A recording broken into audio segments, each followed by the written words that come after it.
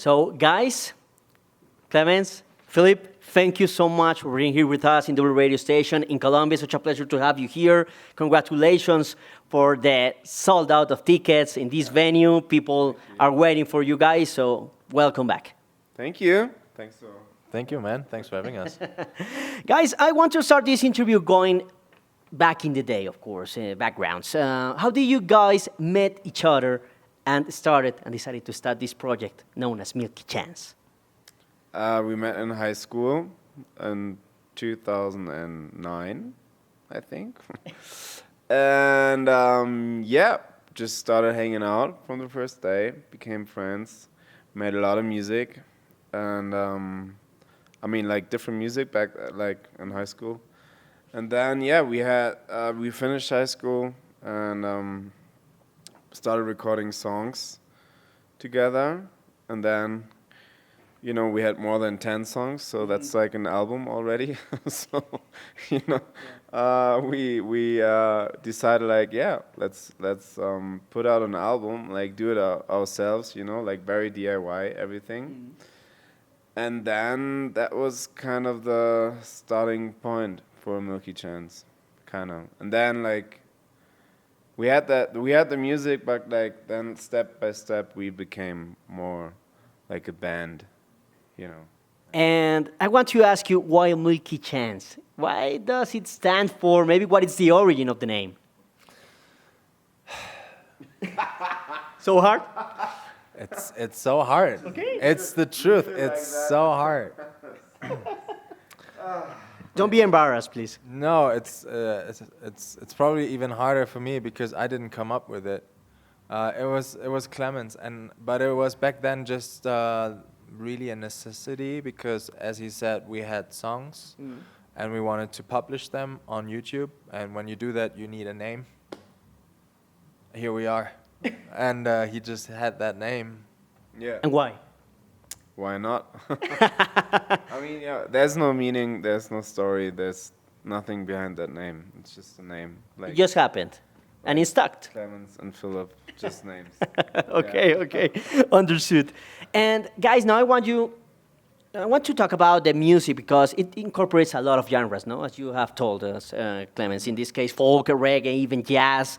It has been described as a songwriter with electronic beats, this kind of music, and combining house and electronic beats and everything, even with reggae and R&B influences. Let's talk about those influences for you for mix this variety of sounds and everything. Where do you got this inspiration, of course, for the scenario that it's pretty unique from Milky Chance? The inspiration we just got from, the musical universe that's existing on this planet for years, hundreds of years now. And we just, we were lucky to be able to explore all of that. We're surrounded by a lot of, very talented, people and friends back then in high school as well that we... Yeah, back then we were there was a phase where we, listened a lot to jazz, soul, and more old music. Yeah. But also got in touch with classic music. Also went out clubbing, stuff you do when you're a teenager. So I don't know. There's so many. Yeah. Also nowadays you can we have easily access to so many different genres from all around the world. So.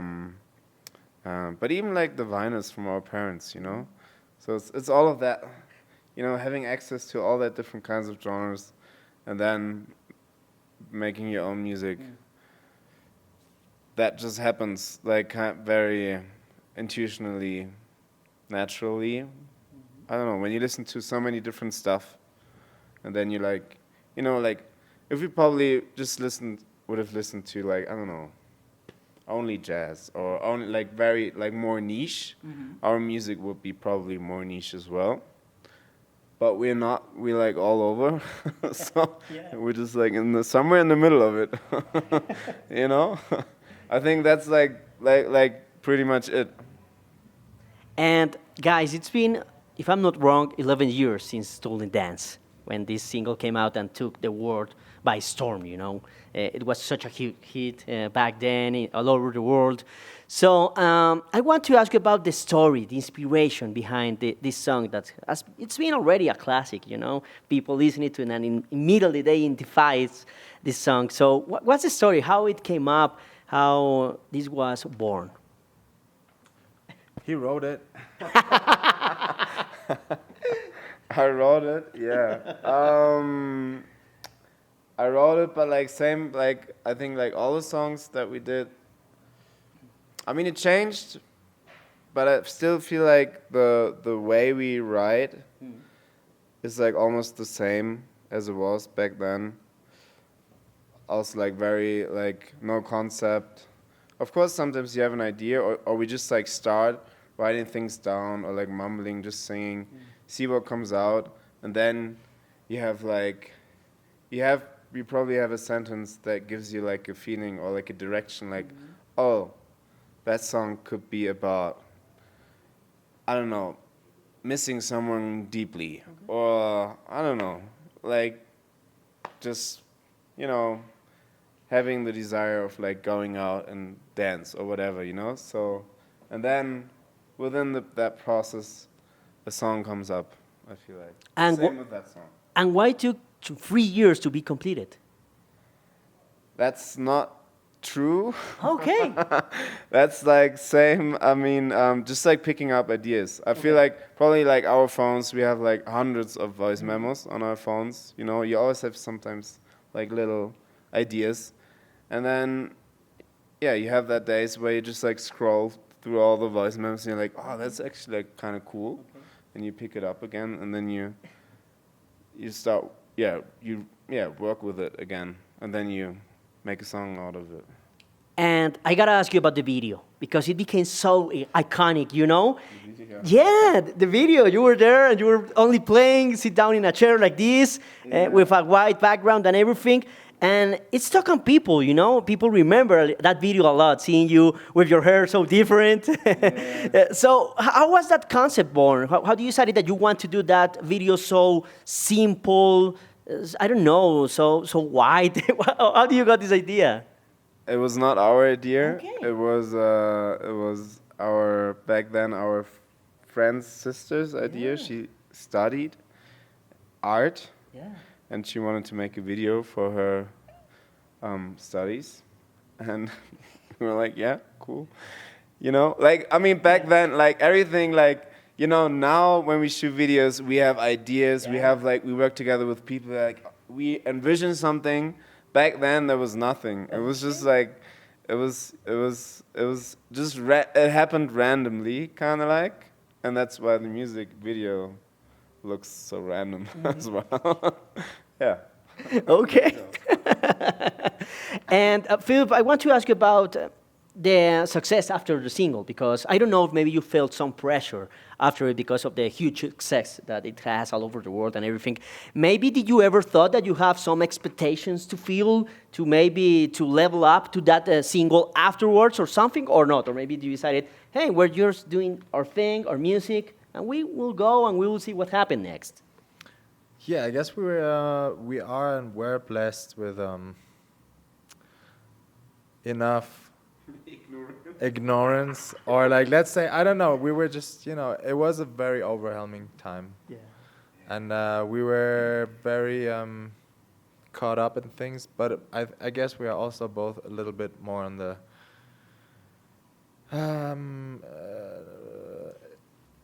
interior side of things. So I guess for us, like to be overwhelmed, we kind of like shut down a bit. Okay. And so I guess we kind of, you know, went through there and like didn't like too much take it in, which is good and bad. In that case, I guess it's also good.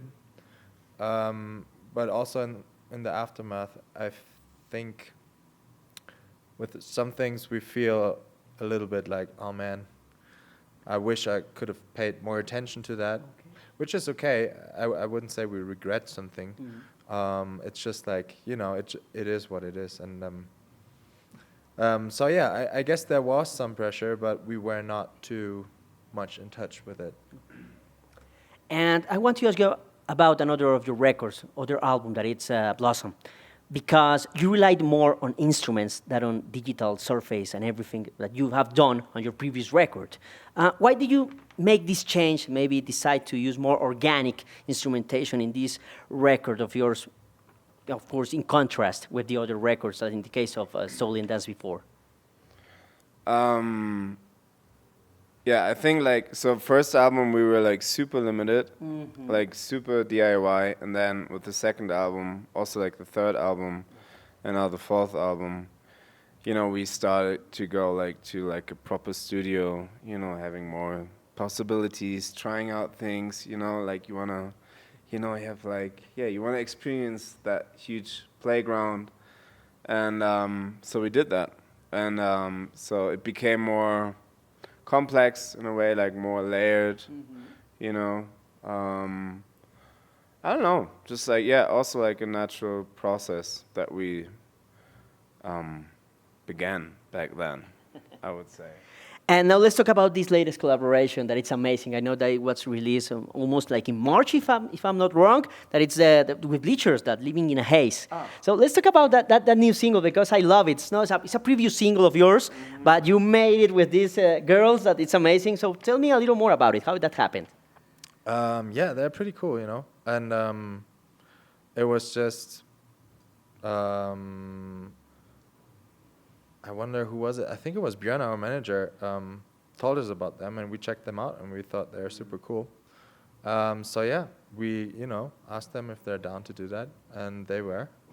And it's amazing. I mean, they have great energy. Their music is great, and it's just, now that I think of, I almost think we, like, with all the features we did, I feel like we're drawn to female energy on features. Yeah. Now that I think of. Yeah, that's true. Yeah, probably because in our band we are all just boys, you know. Yeah. We need, yeah. You want to mix it up. Yeah, yeah. If you look back at it, did we ever? I mean, Jack Johnson. I mean, yeah, Jack Johnson. But besides him, Randy Smith Black Mambazo. yeah, sure. Which is a choir. But That's also, quite a like, unique. the But Beaches, Uh-huh. Fatoumata Diawara, Charles Cotton, Easy Bizou, Tash, yeah. Wow. So like a lot of, yeah. You need a fifth member, a fifth female member. yeah, guys. You're four guys, so now you need a... so it can't be you. No! No, impossible. Guys, I want to ask about our country, about Bogota. How has been your day here? How has been everything? How have you tried, maybe? What have you seen here in our country? We had a beautiful day today here. The weather was really nice, and then we went up to that huge mountain. Yeah. It probably has a name. Monserrate. Monserrate. Perfect. Monserrate. Went up there, enjoyed the view. Couldn't barely breathe. The altitude, yeah. No, and we also walked around that area, like down the mountain, and yeah, I mean that was already a lot. So yeah. And you, Philipp? I was there. Of course. I did the same thing. What have you tried from here? Well, you know, it's a beautiful city. We love the colors. Yeah. It's very colorful. Lots of street art. That's amazing. I think every city should be more colorful than that, like that. And what did we try? We had an exquisite lemonade up there. That was amazing. We tried the arepas, but they were not too good. I feel like that might have been a little bit of a touristic Place, yeah. But we want to try again because supposedly, you know. You can recommend like a good place for arepas because we want to try. Yeah. Yeah, I gotta do that because, yes. Would you try it right there in the mountain in Monserrate? Yeah. Ah, yeah. They were okay. Street food.